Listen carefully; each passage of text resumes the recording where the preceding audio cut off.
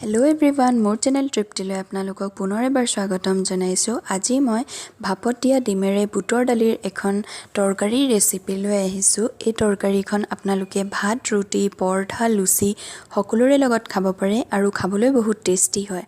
বলকচোন চাওঁ আহক মইনো কেনেকৈ বনালোঁ এই ৰেচিপিটো। এই ৰেচিপিটোৰ বাবে মই এয়া বুটৰ দালি লৈছোঁ, 1 কাপ মানৰ সমান বুটৰ দালি, আৰু ইয়াত 4টা মিডিয়াম সাইজৰ আলু দিছোঁ। আৰু মই এয়া বুটৰ দালিখিনি 2 ঘণ্টামান সময় পানীত তিয়াই ৰাখি 3টা চিটি দি বইল কৰি লৈছোঁ। তাৰপিছত লৈছোঁ এটা ডাঙৰ সাইজৰ পিঁয়াজ, মই এনেদৰে দীঘলীয়াকৈ কাটি লৈছোঁ। 2টা কেঁচা জলকীয়া লৈছোঁ, এচামুচ আদা নহৰুৰ পেষ্ট লৈছোঁ, এটা ডাঙৰ সাইজৰ বিলাহী এনেদৰে কাটি লৈছোঁ। মছলাত লৈছোঁ সৰু চামুচৰ এচামুচতকৈ অলপ কম জিৰা গুড়ি, এইফালে আছে কাশ্মীৰী ৰেড চিলি পাউডাৰ, অলপ ধনিয়া গুড়ি আৰু অকণমান গৰম মছলা আৰু এখিলা তেজপাত, আৰু এইফালে মই লৈছোঁ 5টা ডিম। প্ৰথমতে এই ডিমখিনি মই ভাপত দি সিজাই ল'ম। তাৰ কাৰণে মই ইয়াত সোৱাদ অনুসৰি নিমখ দিছোঁ আৰু মই এইখিনি ভালদৰে মিক্স কৰি ল'ম। আপোনালোকে ইচ্ছা কৰিলে ইয়াত হালধিও দি ল'ব পাৰে। তাৰপিছত মই এটা টিফিন বাতি লৈছোঁ, ইয়াত মই এচামুচৰ সমান তেল দি ল'ম আৰু তেলখিনি ভালদৰে এনেদৰে লগাই দিম বাতিটোৰ। তেলখিনি লগালে যেতিয়া আমি ডিমখিনি ভাপত দিম তেতিয়া ওলাই অহাত সহজ হ'ব, নহ'লে এনেদৰে তলত লাগি ধৰিব। এতিয়া মই এয়া ফেটি থোৱা ডিমখিনি ইয়াত দি দিম আৰু মই এইফালে চচপেন এটাত পানী বহাই থৈছোঁ। পানীখিনি উতলি আছে, ইয়াত মই এতিয়া এই টিফিন বাতিটো দি দিম। মই ঢাকনাখন এনেদৰে দি এতিয়া ডিমখিনি সিজিবলৈ থৈ দিম। ডিমখিনি মই 15 মিনিটমান সময় এনেদৰে ভাপত দি টিফিন বাতিৰ পৰা এনেদৰে উলিয়াই এনেকুৱা সৰু সৰু টুকুৰা কৰি কাটি ল'লোঁ। প্ৰথমতে এইখিনি অলপ ফ্ৰাই কৰি ল'ম। এইফালে মই কেৰাহীখন পাতি লৈছোঁ আৰু ইয়াত এতিয়া অলপ তেল দি দিম। তেল গৰম হ'ল, মই এতিয়া গেছটো অলপ মিডিয়াম কৰি ল'ম আৰু এইখিনি অলপ ফ্ৰাই কৰি ল'ম।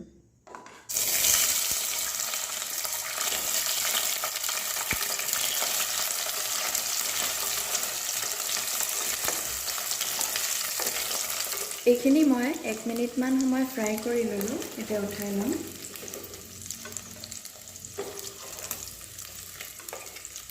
ইয়াত মই এতিয়া আৰু এচামুচমান তেল দি দিম।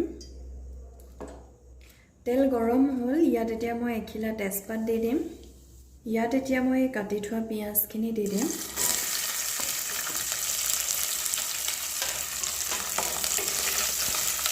আৰু এইখিনি এতিয়া ৰঙচুৱা ৰং এটা অহালৈকে ফ্ৰাই কৰি ল'ম।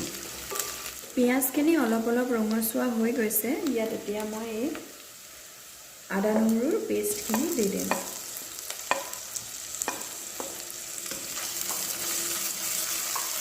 এইখিনি এতিয়া ভালদৰে পিঁয়াজৰ লগতে ভাজি ল'ম। আদা নহৰু আৰু পিঁয়াজখিনি ভালদৰে ফ্ৰাই হৈ গ'ল, ইয়াত মই এতিয়া কাটি থোৱা বিলাহীখিনি দি দিম। ইয়াত মই এতিয়া হালধি দি দিম। মই বুটৰ দালিখিনি বইল কৰোঁতেও নিমখ দিছিলোঁ, সেইকাৰণে এতিয়া মই অলপ কমকৈ নিমখ দিম। নিমখটো আপোনালোকে সোৱাদ অনুসৰি দিব। ইয়াত মই এতিয়া গুড়ি মছলাখিনিও দি দিম। জিৰা গুড়ি, কাশ্মীৰী ৰেড চিলি পাউডাৰ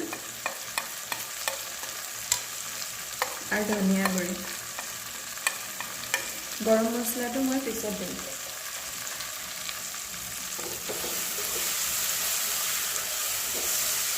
আৰু মছলাখিনি জ্বলি নাযাবলৈ ইয়াত অলপ পানী দি দিম। ইয়াত মই এতিয়া এই কেঁচা জলকীয়া দুটাও দি দিম। এনেদৰে মাজেৰে নি মই ফালি দিছোঁ জলকীয়া দুটা। আমাৰ মছলা ফ্ৰাই হৈ গ'ল। যেতিয়া এনেদৰে ছাইডত তেলখিনি উঠি আহিব তেতিয়া গম পাব যে মছলাখিনি ভজা হৈ গ'ল। ইয়াত মই এতিয়া এই বইল কৰি থোৱা বুটৰ দালি আৰু আলুখিনি দি দিম। আলুটো অপশ্যনেল হয়, দিবলৈ বিচাৰিলে দিব, নিদিলে নাই।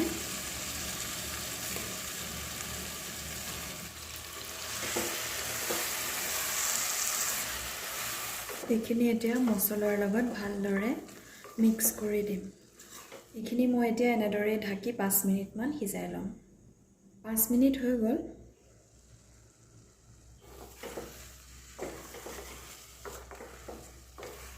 আৰু ইয়াত মই এতিয়া জোখমতে পানী দি দিম। আপোনালোকে গ্ৰেভিটো যিমান থয় সেই অনুসৰি পানী দিব।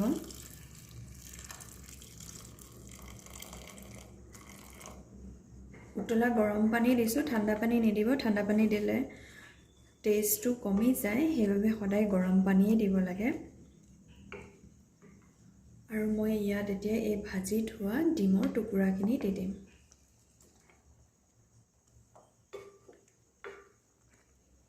এতিয়া আকৌ 5 মিনিট এনেদৰে ঢাকি ৰাখিম। 5 মিনিট হৈ গ'ল। মই এতিয়া ইয়াত গৰম মছলাখিনি দি দিম। গৰম মছলা দি এইখিনি ভালদৰে মিক্স কৰি দিলোঁ। এতিয়া মই 5 মিনিট এনেদৰে ঢাকি ৰাখিম আৰু তাৰপিছত গেছটো অফ কৰি দিম। 5 মিনিট হৈ গ'ল। মই এতিয়া গেছটো অফ কৰি দিম আৰু আপোনালোকক 5 মিনিট পিছত দেখুৱাই আছোঁ। তৰকাৰীখন দেখিবলৈ যিমান ধুনীয়া, খাবলৈও তিমানেই টেষ্টি হয়। আপোনালোকে এনেদৰে ট্ৰাই কৰি চাব। কেনে পালে মোক কমেণ্ট কৰি জনাব। যদি আজিৰ ভিডিঅ'টো ভাল লাগিলে তেনেহ'লে লাইক কৰিব, ফেমিলি আৰু ফ্ৰেণ্ডছৰ লগত শ্বেয়াৰ কৰিব আৰু মোৰ চেনেলটো ছাবস্ক্ৰাইব কৰি দিব। আৰু কাষতে থকা বেল বাটনটো ক্লিক কৰি অল কৰি দিব, তেতিয়া মোৰ আহিবলগীয়া নতুন ভিডিঅ'ৰ ন'টিফিকেশ্যন আপুনি প্ৰথমেই পাব। আৰু ভিডিঅ'টো শেষলৈকে চোৱাৰ বাবে